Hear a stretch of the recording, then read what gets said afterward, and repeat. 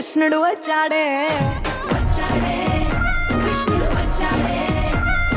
యమునా తీరాన ఉన్న రాధను చూశాడే ఫ్లూటులేని గోపాలుడే సుటు వేసే భూపాలుడే మీసం వచ్చిన పాలుడే మాట వెంట పడిపోవుడే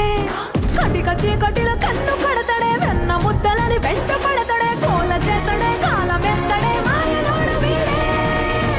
హై బృందావనం నుంచి కృష్ణుడు వచ్చాడే